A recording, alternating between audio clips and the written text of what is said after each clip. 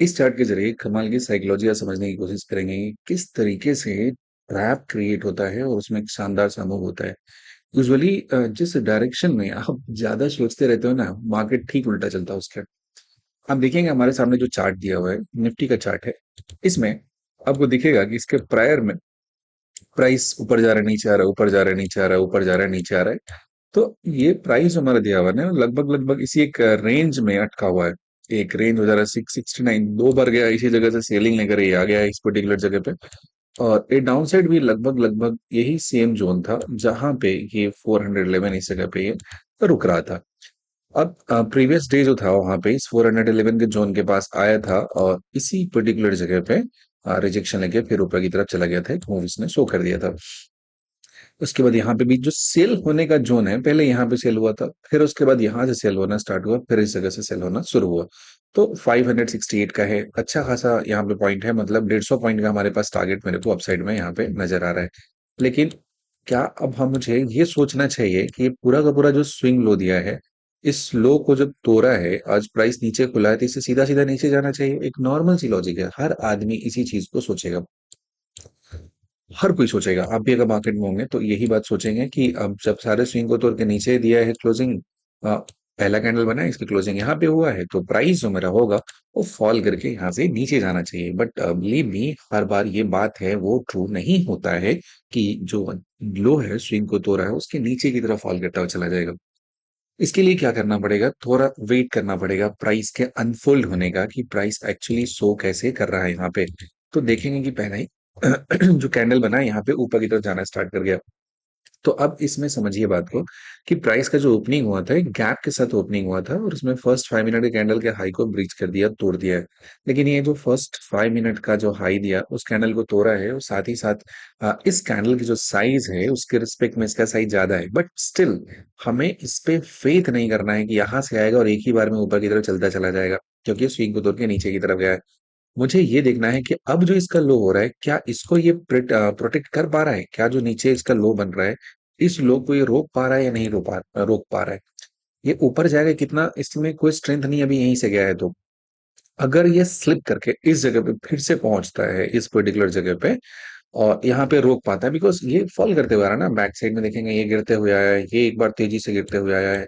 और सेलिंग कब ओवर होता है ना, इस बात को समझने का तरीका होता है कि उसमें एक दो बार ना आपको बहुत ही शानदार सा मूव आपको डाउन साइड में देखने को मिलेगा। इस पूरे में देखेंगे जहां से लो लगाया था, धीरे धीरे धीरे धीरे ऊपर जा रहा है, फिर से पटक दे रहा है, फिर से पटक दे रहा है, फिर धीरे धीरे धीरे धीरे ऊपर ले जा रहा है, फिर यहाँ से पहुंचा दे रहा है।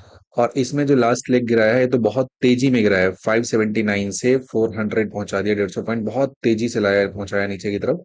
अब फिर रिकवर करके ऊपर लग गया, फिर नीचे ला दिया, मतलब बहुत एकदम पूरा पिटाई चल रहा है यहाँ पे। अब क्या हुआ है कि जब प्राइस यहाँ पे खुला, ऊपर की तरफ जाने की कोशिश किया, तो मान लेते हैं कि ऊपर से नीचे गिरते गिरते गिरते आ रहा बहुत टाइम से। अब यहाँ से चलना शुरू किया तो एक बार में ऊपर जाना डिफिकल्ट होता है। उसके दो रीजन है। रीजन नंबर वन है कि इस जगह पे प्राइस जो है ना स्लिप करके नीचे खुला है, एक गैप है, बहुत बड़ा गैप तो नहीं है, बट 445 यहाँ जाकर 397, 40-50 पॉइंट का एक छोटा सा गैप इस जगह पे क्रिएट होता है कल के क्लोजिंग में और आज के ओपनिंग में। हमें क्या करना है, पेशेंस के साथ वेट करना है कि इस पर्टिकुलर जगह पे जहां से ये चलना स्टार्ट किया था, क्या उससे होल्ड कर पाता है। कि इट्स लाइक कि वही ऊपर की तरफ चलना है ना, तो माउंटेन में ऊपर की तरफ जाना है। तो आज और ज्यादा नीचे से चलना शुरू किया। तो जब बहुत जैसे मान ले बहुत ऊंचाई पे जाना है तो बहुत नीचे से चलेंगे तो रफ्तार गेन कर सकते हैं ऊपर जाने के लिए। बहुत ऊपर जाके खुलेंगे तो फिर ऊपर जाने में दिक्कत होगा। तो नीचे जहां से चला है तो कम से कम ये चेक कर लेते हैं ना कि वो उस जगह तक रुक पाता है कि नहीं रुक पाता है, क्योंकि आज अगर उसके पास स्ट्रेंथ नहीं हुआ तो उसके और नीचे जा सकता है। हमें इस कंफर्मेशन का यहाँ पे वेट करना है बहुत पेशेंस के साथ, बिल्कुल भी इस पे जंप नहीं करना है, ऊपर की तरफ कुछ नहीं सोचना है कभी भी। भले ही ऐसा हो जाए मार्केट में कि एकदम आपका वी शेप रिकवरी हो जाए, ऊपर चले जाए, बट जिस चीज की प्रोबेबिलिटी कम होती है हमें उस पर ट्रस्ट नहीं करना है, हमें उस चीज पे बिल्कुल भी ट्रस्ट नहीं करना है। तो जहां से प्राइस चलना स्टार्ट हुआ था जिस पर्टिकुलर लोकेशन से, इसी लोकेशन, ये लोकेशन हमारे लिए बहुत ज्यादा इंपॉर्टेंट होता है। तो देखते हैं प्राइस क्या होता है, कैसा जाता है ऊपर से नीचे की तरफ, कैसा चलना शुरू करता है।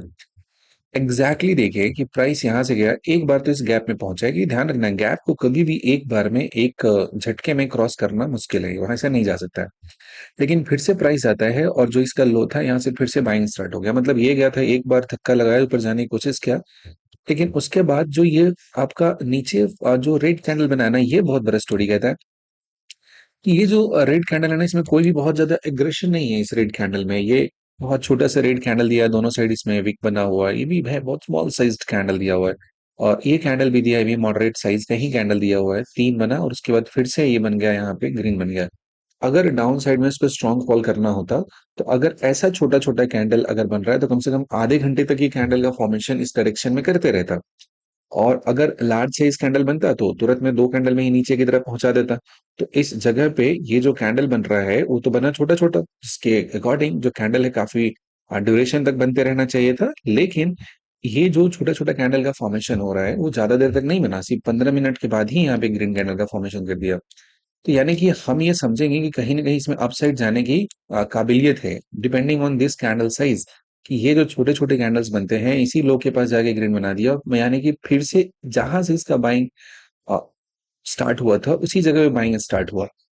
कैंडल के साइज तो छोटा है, लेकिन सोचिए जो भी इसका फॉल था प्रायर में हिस्ट्री में, जो भी फॉल था उसको रोक दे रहा है।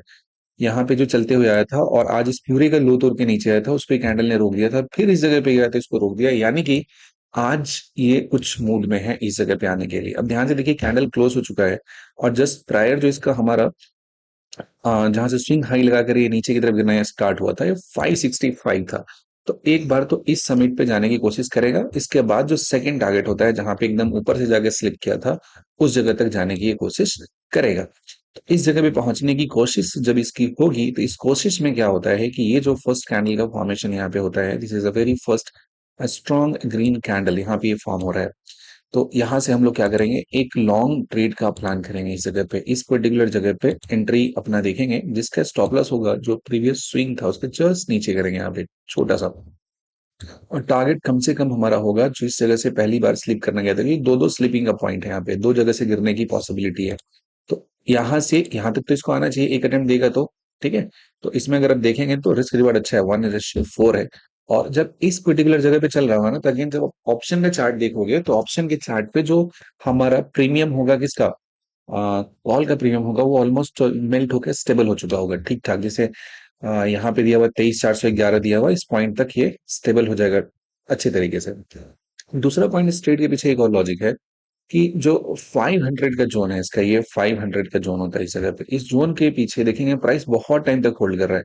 नीचे आ रहा है फिर ऊपर चला जा रहा है, नीचे आ रहा है फिर ऊपर चला जा रहा है, नीचे आ रहा है फिर ऊपर चला जा रहा है, नीचे आ रहा है फिर ऊपर चला जा रहा है। यानी कि ये जो 500 का जोन है बहुत मजबूत काम कर रहा है। अगर दो बार में उसको नहीं तोड़ा है, इसका मतलब बहुत तेजी से तोड़ कर वो उसको नहीं जाएगा। अब उसको बहुत तोड़ने के लिए ऊपर जाके फिर से गिरना पड़ेगा, ऐसा ऊपर जाएगा नीचे गिरा तब जाके 500 का जो फिल्टर लगा हुआ है उसको ये तोड़ेगा। समझ गए बात को?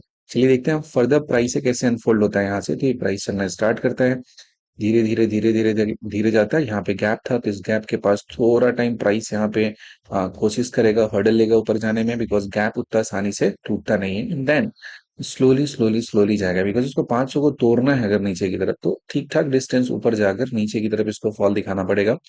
अगर वहां तक नहीं पहुंचता है तो ये फॉल इस 500 के जोन को ये तोड़ नहीं पाएगा। I hope you understood this अच्छे तरीके से। और ये वो जोन होता है जहां पे हमारा सेलिंग है वो स्टार्ट हुआ था। तो एक बार इस पर्टिकुलर जगह तक तो पहुंचेगा तब जाके उसको अपना जो डाउन साइड है उसका मोमेंटम मिलेगा, स्ट्रेंथ मिलेगा। ऑल्दो ऊपर जाने का जो हमारे पास ट्रेड है वो स्लो जा रहा है, ये उतना फास्ट नहीं जा रहा है, टाइम बहुत ज्यादा लग रहा है। ऑलमोस्ट पूरे के पूरे दिन ये चलते जा रहा है, इसी जगह पे जाकर ये रुक गया है। तो ऑलमोस्ट ऑलमोस्ट टारगेट के पास इसको मानेंगे, यहाँ पे आ गया। पॉइंट ये होता है ना कि ऊपर बहुत तेजी में इसलिए नहीं गया कि नीचे जो डाउन साइड था वो मैनिपुलेशन बहुत स्ट्रॉन्ग तरीके से नहीं हुआ था। डाउन साइड में जब मैनिपुलेशन बहुत स्ट्रॉन्ग तरीके से होगा, इन दैट केस आप एक्सपेक्ट कर सकते हो कि एक बढ़िया सा आपको प्रॉफिट मिलेगा। अगर डाउनसाइड में ट्रैपिंग कम होता है अगर, तो उस केस में आपका जो मूव होता है वो स्लो होता है। नेक्स्ट है तो थोड़ा सा गैप अप में खुला और ऊपर का जो स्विंग था उसको निकाल दिया। तो इसके पीछे की लॉजिक ये थी कि जो हमारा ये लो था और ये लो था, इन दोनों के पीछे प्राइस खुला था। और ये जो प्राइस अब नीचे खुल गया, यानी कि बेसिक सी लॉजिक है कि जो पूरे लो को तोड़ेगा तो नीचे की तरफ जाएगा। तो ऐसा नहीं सोचना है, उसमें अब फर्दर प्राइस किस तरीके से अनफोल्ड होकर आगे रिएक्ट करता है वो मेरे लिए इंपॉर्टेंट हो जाता है। तो हम देखेंगे कि प्राइस अब यहाँ पे नीचे जाने से उसको रोका जा रहा है, और ऑलरेडी ऊपर से बहुत स्लिप करके नीचे आ गया था। तो जो लोएस्ट पॉइंट है वहां पे जो प्राइस है, क्या वो होल्ड हो पा रहा है कि नहीं हो पा रहा है? अगर उस जगह पे होल्ड हो पा रहा है so will definitely get a trade. लेकिन याद रखना इस तरह का ट्रेड स्लो होता है क्योंकि यहाँ पे बहुत बढ़िया ट्रैपिंग नहीं क्रिएट होता है बहुत। अगर यही शुरू कहाँ से होता है, 351 है ना, वो 23,000 के आसपास कहीं भी स्टार्ट होता है ना, तो बहुत ही शानदार किस्म का मूव आपको आपके डायरेक्शन में एक मिल जाता है, जिसमें काफी लोग ट्रैप होते हैं और मूव भी काफी क्लीन होता और काफी क्विक मूव वहां पे देखने को मिलता। तो उम्मीद करते हैं यहाँ तक की जानकारी आपको अच्छी लगी होगी। If yes, then do write in the comment section and do consider to like this video and subscribe the channel. Thank you so much, bye bye. अपना ख्याल रखिए, अच्छे से ट्रेनिंग कीजिए और अपने आप को एजुकेट कीजिए।